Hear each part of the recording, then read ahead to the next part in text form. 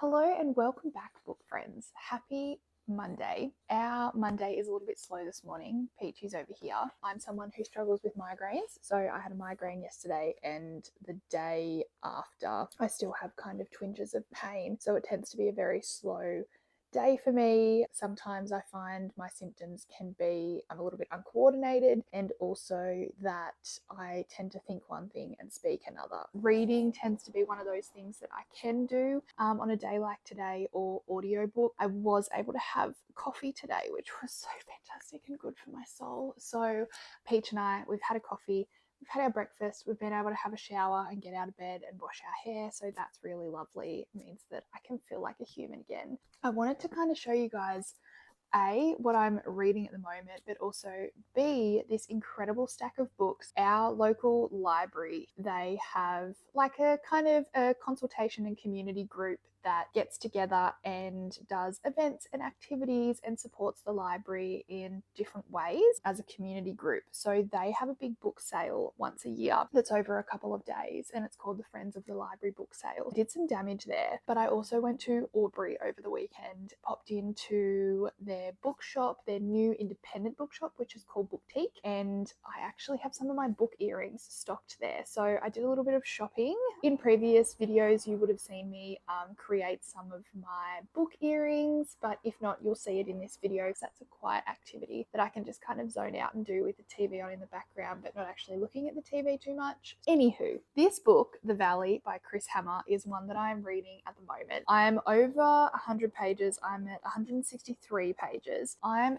thoroughly enjoying this. I am actually lucky enough to be interviewing Chris later next month. I'm really looking forward to it because I've been privileged enough to meet Chris a couple of times now, and he's a fabulous fellow, and I just know that our conversations are going to be really free-flowing and really easy and relaxed. The Valley is about a township that lives in a valley. There is foresting and also mining works that happen in this small community. There has been a murder that has happened, and Detective Nell Buchanan, who has featured in Chris Hammer's previous books, not all of them, but most of them, she's the ongoing detective and lead on this case. But we're actually finding out a bit of her family history as we go in this story. The person who has been murdered, he was a bit of an entrepreneur. So he was trying to progress this small town. A lot of people didn't like his methods, didn't like him. He was quite a rich and wealthy man, so that was the point of contention with a small community as well. There is past and present that we're moving between, kind of like the 1980s to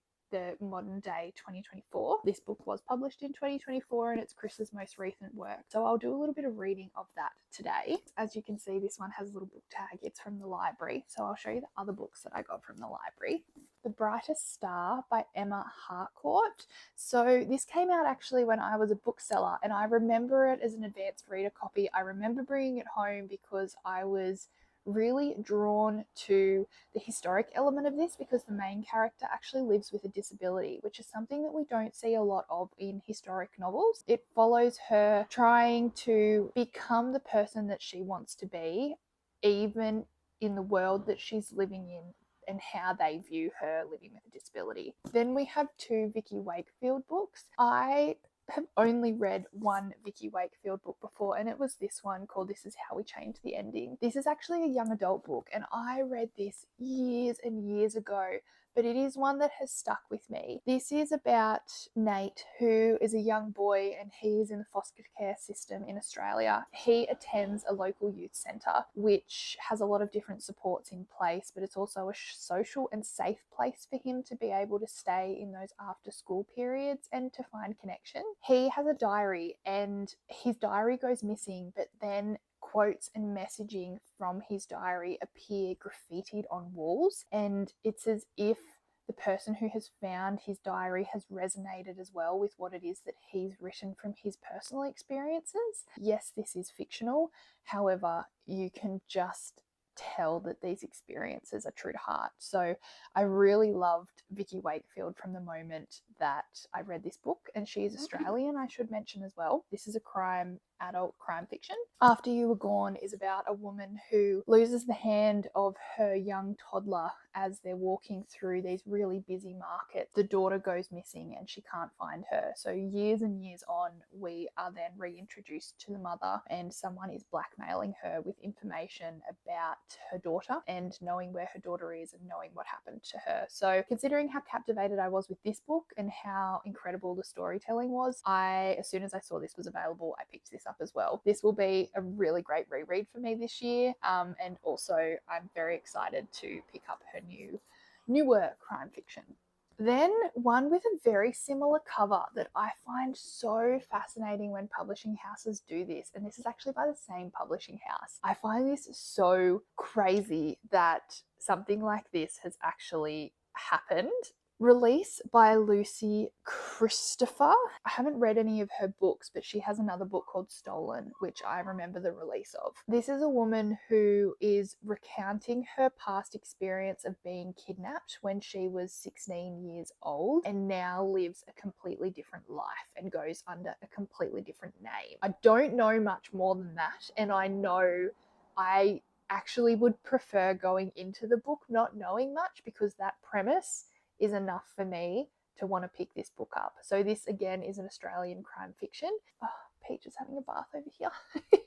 Strangely enough, these books were kind of all the jam when I was a teenager and I was first learning about popular books and young adult fiction when I was like 15, 16. That was when my book reading first started to happen. And these were really popular. I remember Sasha Alsberg, who was a book utopia, and then also Reagan from Peruse Project. I still watch Reagan to this day. I remember them talking about these and I just never picked them up. They had such a different cover back then. It was like a woman walking through vines. I just saw these and I was like, you know what? I feel like these are having a resurgence again online. And I actually said it to a friend of mine who was at the book sale as well. And as I did a bit of Googling, these have actually been recovered as well. So I think they are really getting a bit of a resurgence. So I thought, you know what? Maybe it's time that I actually picked them up and tried reading them. So if you don't know, I'm sure most of you would, the Poison Study series follows a woman who is the poison taste tester, as in like food taste testing and stuff like that, for a king,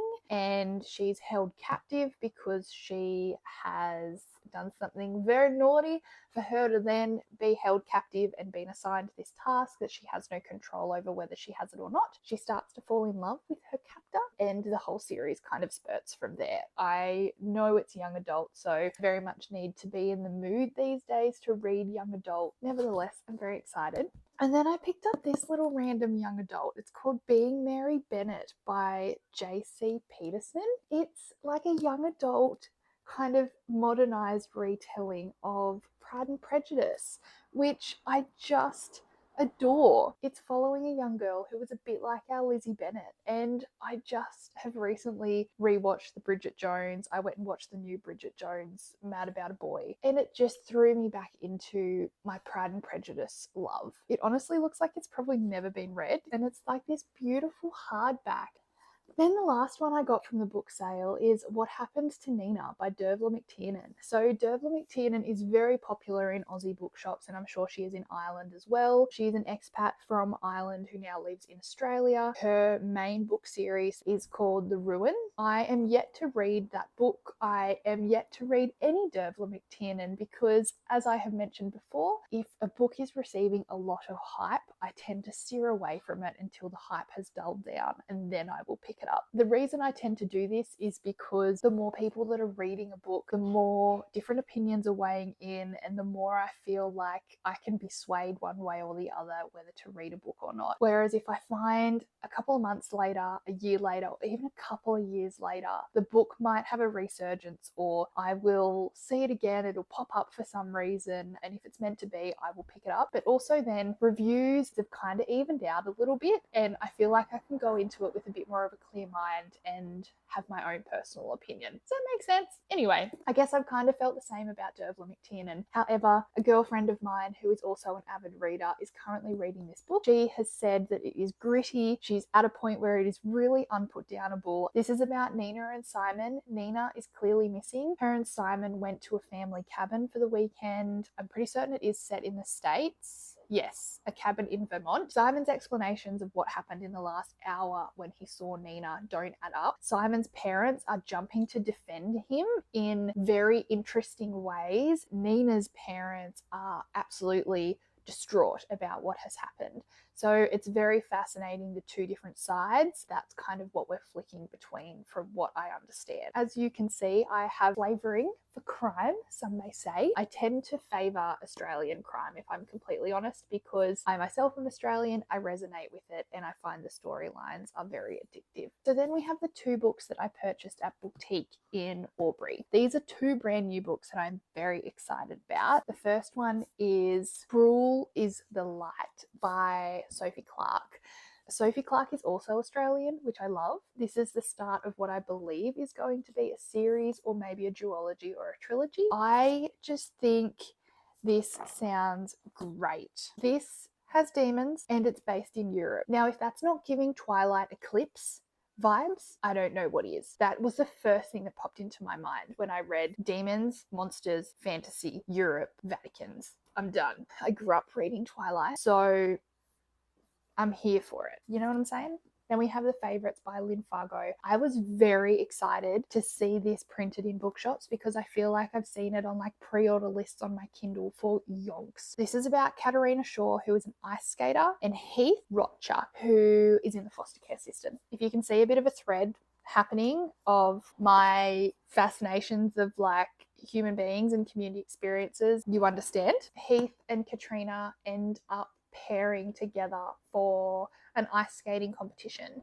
And I find that really interesting. I find that really fascinating. It really sounds like they've come from two very different sides of the world and lived experiences. For them to then also have a bit of a romance, I think that's going to be really interesting because I think they will face some quite diverse challenges. That's the stack.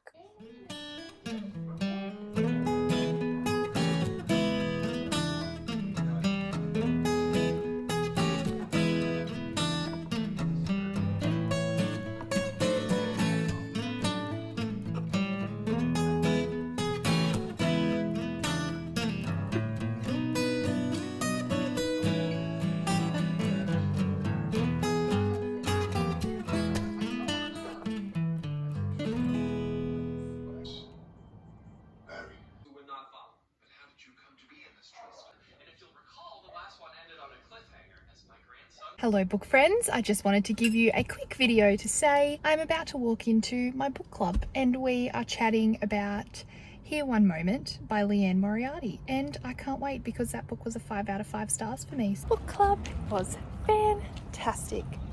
IRL book club. We chatted, we had wine, we had bickies, we had sweets, just so lovely. And Here One Moment was received very, very well.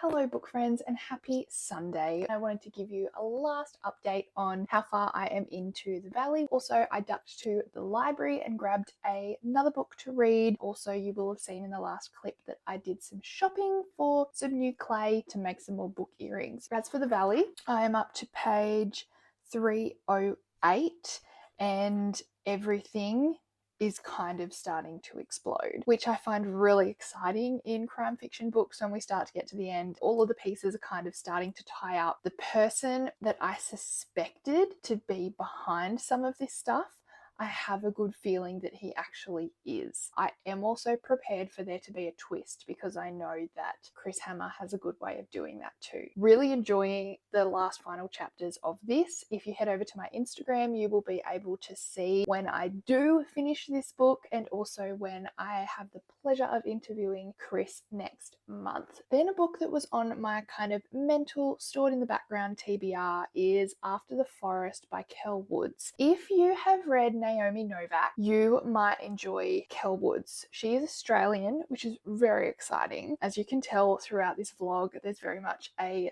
thread and a theme of Australian authors. I'm very passionate about supporting Australian authors. Kel Woods, this was her, I want to say this was her debut fantasy. It's very magical, fairy tale, foresty, kind of whimsical, but dark and mysterious too. So this is set in 1650 and this is a witchy fantasy. Let me read you the back. 1650, the Black Forest. 15 years after the witch in the gingerbread house, Greta and Hans are struggling to get by. Their father and stepmother are long dead. Hans is deeply in debt from gambling and the countryside lies in ruins, its people recovering in the aftermath of a brutal war. Greta has a secret though, the witch's grimoire secreted away and whispering in her ear, and the recipe inside that makes the most sinfully delicious and addictive gingerbread. As long as she can bake, Greta can keep her small family afloat. But in a village full of superstition, Greta and her intoxicating gingerbread are a source of ever-growing suspicion and various gossip. And now, dark magic is returning to the woods and Greta's own power, magic she is still trying to understand, may be the only thing that can save her, if it doesn't kill her first. This is clearly a fairy tale being retold, Hansel and Gretel, which, don't judge me, but I actually don't know like the full story of Hansel and Gretel. I'm very excited to read an additional fictionalized story of Hansel and Gretel with a witchy twist. And at the end of this vlog, it's actually no longer summer. So we are heading into autumn here in Australia, which means things are going to get a little bit cooler. And when things start to cool down, I start to gravitate more to fantasy and cozy fantasy. And with that, I am going to sign off. If you enjoyed the book vibes, be sure to subscribe and like and do all those fun things. And I guess I will be seeing you in the next one. Bye, book friends. Have a good week.